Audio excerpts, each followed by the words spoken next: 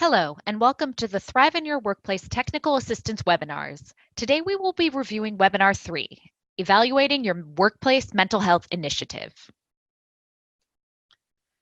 For our agenda today, we're going to talk about what program evaluation is and provide some simple steps to take for your own evaluation. Then we'll look at some challenges and tips for evaluation, followed by some sample evaluation plans and tools and resources to get started. By the end of this webinar, you will be able to understand program evaluation and its role in workplace mental health innovation, apply concepts from the framework for program evaluation for public health, identify appropriate metrics for workplace mental health initiatives, and access tools and templates to get started tracking your impact. So today we're going to talk about evaluation. There are a lot of articles about the importance of data, using big data, and complex evaluation protocols, but evaluation can actually be pretty simple. I think this quote sums it up well. Effective evaluation is not an event that occurs at the end of a project, but is an ongoing process which helps decision makers better understand the project, how it is impacting participants, partner agencies, and the community, and how it is being influenced or impacted by both internal and external factors. Evaluation is part of how you do the work, not of a unique activity in and of itself. So what is program evaluation?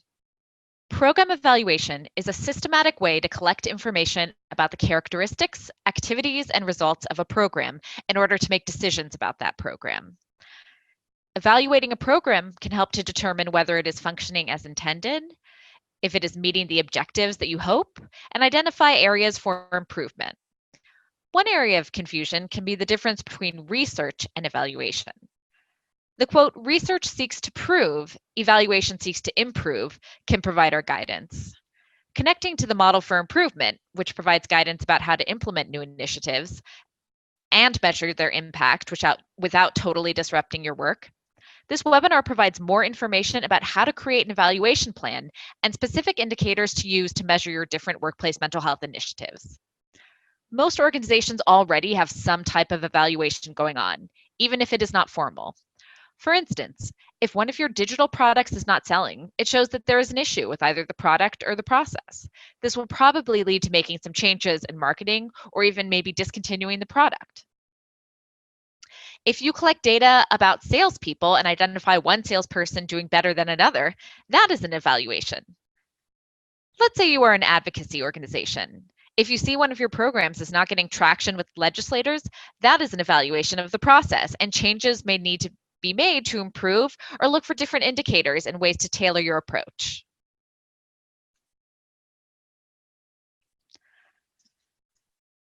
Now, why do we do this?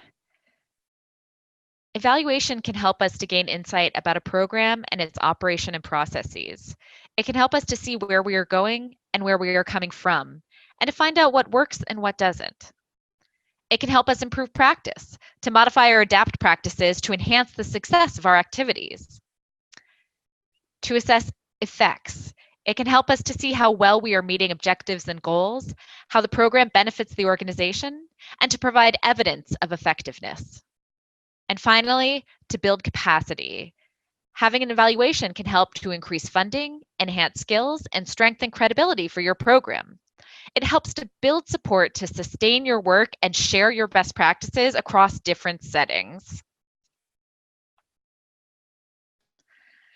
So now that we have discussed what evaluation is and why it is important, we are going to dive into how to conduct evaluations at your workplace for your program.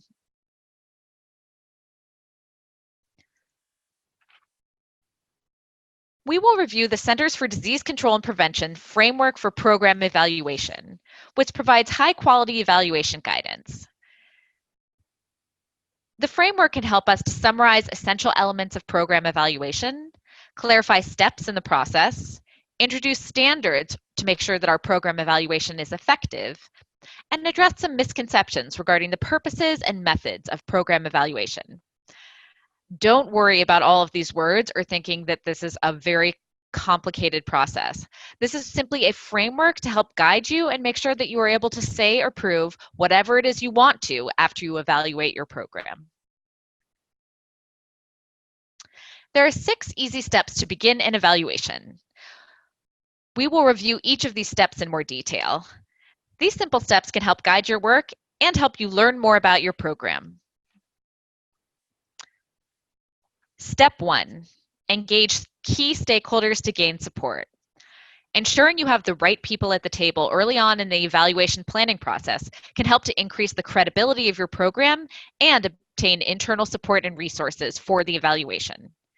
Key stakeholders can include people who are affected by your program, for example, employees, involved in implementing the program or evaluation, such as human resources or legal teams, and invested in using the results of the evaluation to inform future programming, such as leadership.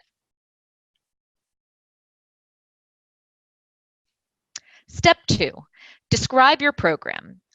Many program evaluations suffer from a lack of consensus on a clear program model. It can be hard to measure what we hope to accomplish if we aren't exactly sure what we are doing. At the beginning, define the need your program aims to meet, the expected effects of your intervention, and the associated activities and resources. Review this with your key stakeholders to ensure it is accurate in representing the various components before moving forward.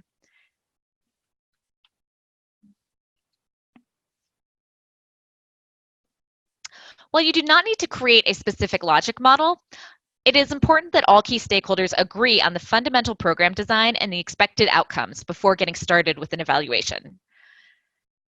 This is one example of a logic model, which includes the objective, what you're hoping to achieve, the inputs, what resources you as the organization implementing the program will give to the program, the activities, the tasks that the program will involve, and then the outputs, what the initial results of the program will be, followed by the outcomes, what the hopeful desired results of the program will be, followed by indicators, how you're going to measure those desired outputs and outcomes.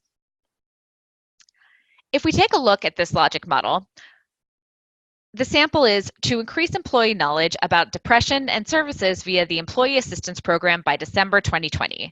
So this is our objective, and if you'll note, it has specific, measurable language about what we are trying to do, and it is time-bound. For the inputs, we put a program manager for the program, IT support, graphic design, email templates, and posters. For the activities and tasks we are going to perform as part of this program, we are going to hold a town hall to introduce the new mental health campaign, distribute emails with information about depression and the EAP, and hang posters about depression and the Employee Assistance Program in the break room. Our initial outputs that we will be looking at are the number of employees who attend the town hall, the number of employees who opened the weekly emails, the number of calls to the EAP, and the number of employees who receive depression treatment from EAP after these emails are sent out. Our desired results are to see if employees have increased knowledge about depression and how to access resources at work, or if we also see an increase in productivity related to decreased sick time for mental health issues. And to find that information, we will look at an employee survey, and then we will also look at employee records to measure absenteeism. Don't worry about using this specific model or formatting for your logic model, but it is really important to clarify expectations. Ensuring that everyone is on the same page about program activities and intended outcomes will help guide your evaluation questions and set expectations for what the program should be expected to do. This can save a lot of heartache in the end. Step 3, focus the evaluation design. One of the hardest parts of program design is collecting the wrong information, and then once your program is complete, not being able to provide the information needed for future work to measure your impact. It is also important to consider the following questions when designing your evaluation. So what is the purpose of the evaluation? Is it to determine the effectiveness of your innovation? Is it to identify what the resources and time needed were to implement? Or to provide support for the efficacy of your intervention to obtain future funding? Consider the uses. How will the results of the evaluation be used? Will it be used to make improvements and changes to the existing program, expand the program to other departments, or monitor progress towards outcomes? It is also important to make sure that when you are thinking about your evaluation design, to make sure that you are doing your evaluation ethically. For example, your evaluation should not collect private employee health information without their consent or share that information with anyone without their consent. Many employees may feel concerned about sharing this information with their employer, and so we need to make sure it is protected. You can find additional resources about this in the Thrive in Your Workplace toolkit that you can reference. As you consider the evaluation, you should also consider what your organization is most worried about and what will be helpful to know in the future.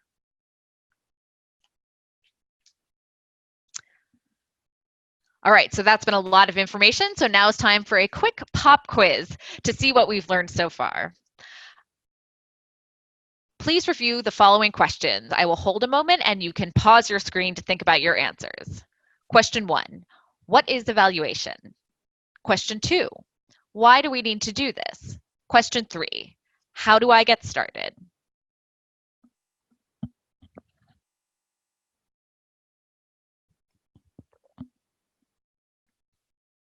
All right, let's see what our answers are. Question 1, what is evaluation? Evaluation is an organized way to collect evidence and information about a program to make data-informed decisions about that program. Number 2, why do we need to do this? Because you want to know if what you're doing is working. It can also help to improve your program and build support for continuing your work. And how do I get started? First, identify your decision makers and figure out what the program is they want to do. Look at what the program is doing to achieve the goal that they hope to achieve, and then develop questions to help determine if that program is working. You can also use some of these questions to review your program model and guide your implementation as well. And now, back to the framework. Once you have identified the types of evaluation questions that you want to ask, you want to proceed to step 4, gathering that evidence. You will begin this process by identifying specific indicators to collect. Indicators refers to measurable information that can be used to determine if a program is being implemented as planned and achieving intended outcomes. There are 2 main types of indicators. Process, which describe the activities, services, and strategies that will be delivered, and outcomes, which specify the intended effect of the program in the target population or end result of a program. Outcome objectives can be short-term, intermediate, and long-term. Here we will look at some common workplace mental health outcome indicators. For instance, one type of indicator metric you may be looking at is a process outcome about program participation. Did people actually participate in whatever your workplace mental health intervention is? And this would be measured in terms of the number of people who participated in that initiative based on logs or participant feedback. Another indicator is knowledge. You want to know if maybe people learned something new about mental health or increased their knowledge, and this would be measured in terms of changes in knowledge about mental health. Common outcomes that are measured related to workplace mental health are worker productivity, which would be changes in absenteeism, being absent from work due to mental health challenges, presenteeism, being present at work but not working up to your full capabilities, or even turnover. Another outcome could be healthcare spending. Medical and pharmacy costs and quality of care can be measured to see if you're offering high quality mental health care treatments that will, in the end, provide lower costs. You can also look at, instead of the healthcare spending, the actual mental and physical health symptoms of your employees. Reduced symptoms of stress and depression and anxiety can be measured to see if the interventions are working as intended. Now let's think about how you will collect the data that you need to show how successful your program is going to be. There are 2 types of data, quantitative and qualitative. Qualitative data is descriptive and conceptual. When just starting out a program or with a small number of participants, qualitative data can be very helpful in learning more about your program and scaling up in the future. For instance, if you wanted to learn more about employee attitudes about mental health at work prior to fully developing a large intervention, a focus group could be a great way to get this information to identify themes. Examples of data collection strategies for qualitative methods include focus groups, observations, individual case studies or interviews, or record and document review to pull out themes. Quantitative data can be counted, measured, and is expressed using numbers. Examples of quantitative data collection tools include surveys, participant assessments, specific cost-benefit analysis, or statistical analysis of existing data and record and document review. It can be helpful to try to use existing documents that you do not need to collect data, as data collection can be very time-consuming and difficult, but it's a very important part of proving the success of your intervention.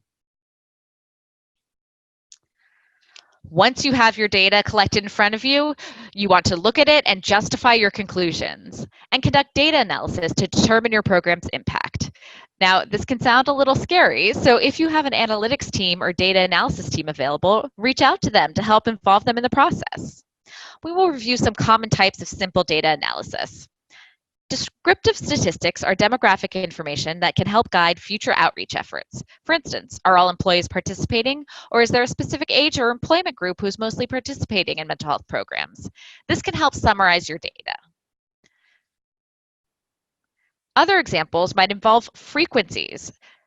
Frequencies most often occur when you measure a process evaluation. Examples of frequencies are the number of employees who participated in a workplace wellness event, the number of employees who made an EAP appointment through a new portal, or others. Mean, median, and mode can provide summary data of your population, such as the average number of employees who attended different sessions, the mean, the halfway mark, the median, and, for instance, the most frequently occurring items. For instance, if you offered a variety of webinars about mental health topics, the mode could tell you the most popular ones that most people attended. Distributions show you the range of your different indicators, such as ages of employees participating in the initiative or maximum number of sessions attended. Although it may not be possible this early to use some of the more sophisticated measures, such as chi-squared or t-tests, that can tell you more about the significance of the impact of your intervention, it may be possible to run some of these on your current claims information or other data to determine any differences in quality or treatment.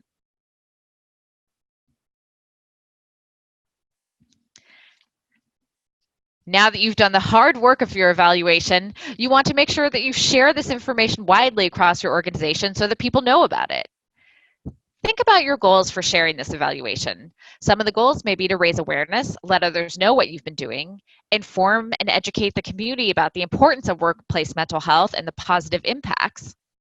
Get feedback from different stakeholders on important results to think about how you can change or tweak the program, or promote the program to sell your outputs and really try to convince your team that this is a valuable proposition that should be funded and spread throughout different departments. Consider the following when communicating about your evaluation. That messages should be clear. Messages should be clear, simple, and easy to understand. Use language that's appropriate for your target audience and use non-technical language when possible. Tailor your message to the receivers. Carefully consider what they should know about the project. It is possible to send the same message to different audiences, but check the relevance of the message to the receiver each time. The message should be actionable. After hearing the message, the target audience should understand what actions to take. And repetition can be very helpful. Enhance the impact by coordinating messages of different projects related to the same subject. Repeating key messages over time can actually reinforce the messages with your target audience. And obviously, this should go without saying, but make sure that the information that you're sharing is correct with your team.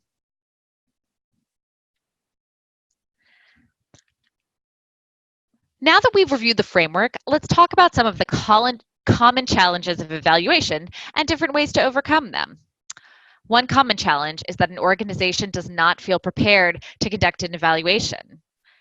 To help address this, build your skills using this webinar to demonstrate how great your program is. Another common challenge is that staff may have differing expectations of program activities and outcomes.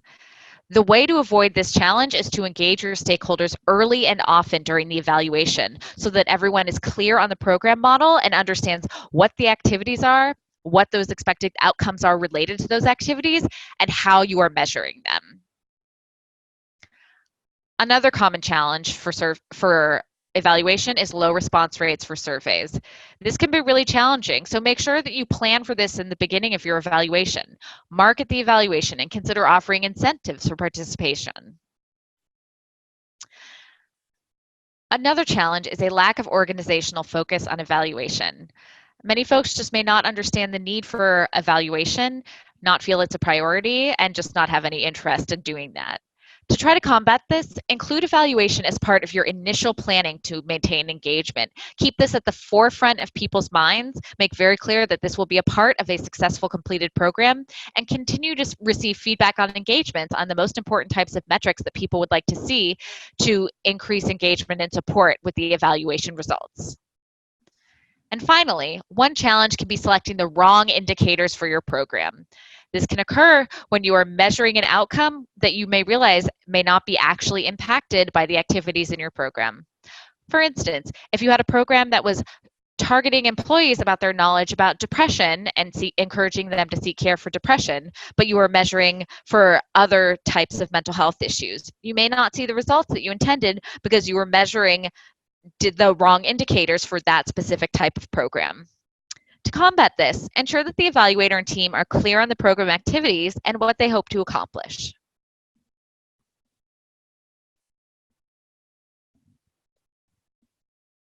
Now let's look at some examples about how we can use these skills that we've learned in the real world.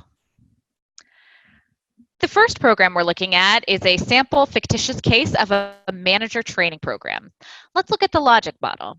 The objective here states increase managers' ability to identify mental health concerns and direct employees to resources. So that's the goal of the program.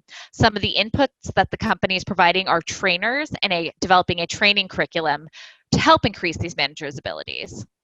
The activities of the program are scheduling meetings with the trainer, sending an outreach email to managers to let them know about the training, and then conducting 2 training sessions to help increase managers' ability to identify mental health concerns. Some of the outputs and process measures that we'll be looking at will be initially the number of managers who sign up for the training and the number of managers who attend both of those sessions. The outcomes we will be looking for are that managers have increased knowledge and confidence about mental health issues and where to refer employees, that employees report that their managers support their mental health at work, and that there will be reduced absences related to mental health once managers have these skills. Let's look at what a sample evaluation plan might look like for a program like this. Let's consider the different evaluation question. Did managers' knowledge and confidence increase after training? So what is the indicator that we're going to use that will measure this and show us if our intervention worked? For here, we're going to look at the percentage of managers who demonstrated increased knowledge and confidence. How are we going to figure out this information? We are going to use pre-post surveys after the training and also send a 3-month follow-up survey to see if folks are still implementing the lessons learned. Then, as part of our analysis, we'll compare the scores pre-post and determine the change. What will this mean? A higher percentage means increased knowledge and confidence, and we may be able to feel that our program did help increase managers' knowledge and confidence. Another evaluation question could be, did managers conduct conversations and referrals with employees? So once they had the knowledge and skills and confidence, did they actually use these with employees? We can measure this by looking at the number of conversations with employees about mental health and the number of EAP referrals. Again, we'll collect this information with our survey and a 3-month follow-up, and we'll also compare that data to an EAP utilization data to see how many conversations were reported and how many actual EAP sessions were scheduled. By seeing this, if we see an increase in conversations and referrals that improve mental health, this will also show the efficacy of the intervention in having managers help employees seek and access care through their employment. Another question that is separate from the managers is about the employees. So did employees feel more supported by their managers after they participated in this training?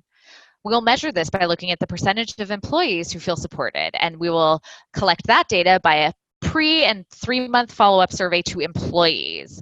Once we compare those scores, if we see that employees feel more support, this again will add support to the efficacy of our program. And finally, did absences related to mental health decrease? This indicator will look at the number of days that employees are absent related specifically to mental health. We can get this information from timesheet logs and then compare those scores. Fewer days absent pre and post the program can also help demonstrate the efficacy of the program. Now, again, these are just examples, and this isn't a rigorous scientific method, but these are great ways that can really show, is your program helping to move your company in the direction that you would like to see? Let's look at another example. In this case, the program is about evaluating access to care. Let's review this logic model. So the objective of this program is to increase employees' access to in-network mental health providers via telemedicine. What are the inputs that the company is putting into this program? Well, the healthcare plan that provides insurance and providers, a data analysis staff to review claims data, the benefits team to help coordinate this new effort, and a telemedicine partner. Some of the important activities as part of this program will be to procure the telemedicine partner, conduct training compliance to ensure that all employee data is kept confidential, and also launch an email campaign for employees about the benefits plan and health plan with telemedicine. Sample outputs could include the types of mental health care visits that are being scheduled, the number of mental health care visits that are being scheduled, and the number of employees that open emails related to the new telemedicine initiative. Some of the outcomes that we will be looking to see are that employees are satisfied with the mental health care they receive through telemedicine. There were improved clinical outcomes for employees who are receiving services via telemedicine, a decreased wait time for appointments, and decreased mental health care costs for the company. Let's see what the evaluation plan is to look at some of these outcomes. Consider the evaluation question. Were employees satisfied with the telemedicine program? The indicator will be the percentage of employees who were satisfied with their participation, and this will be measured via an employee survey. The higher the better, to show that this program is working as intended. Another question, did telemedicine connect employees to care quickly? For this, we have two types of indicators that can help answer this question. There was the percentage of employees with a mental health concern who called and also were given appointments within 1 week of their initial call to the telemedicine provider. In this case, we can just use the telemedicine records to see if this happened. And ideally, there will be a higher number of employees connected within 1 week. Another question, did employees experience quality care? In this case, we can look at the number of treated employees who experienced reduced symptoms related to their mental health concerns. In this case, the data collection strategy can be looking at the telemedicine records and also the health plan records. We would compare this to care as usual with some sort of control group, and having the treatment be comparable or better than treatment as usual would indicate that the telemedicine program is being successful. And finally, did telemedicine lower costs? In this case, we could look at the average cost of each telemedicine episode and then compare that to care as usual. In this case, the data we would need would be the telemedicine records and also the health plan records. A lower cost with high quality of care is the best outcome to see if telemedicine is providing this.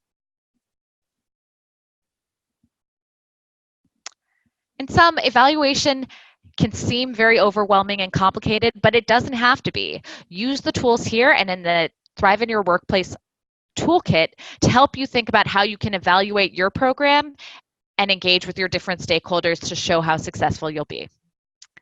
Thank you so much for participating in this webinar. Please visit our website to join us for additional webinars, and we look forward to working with you in the next webinar.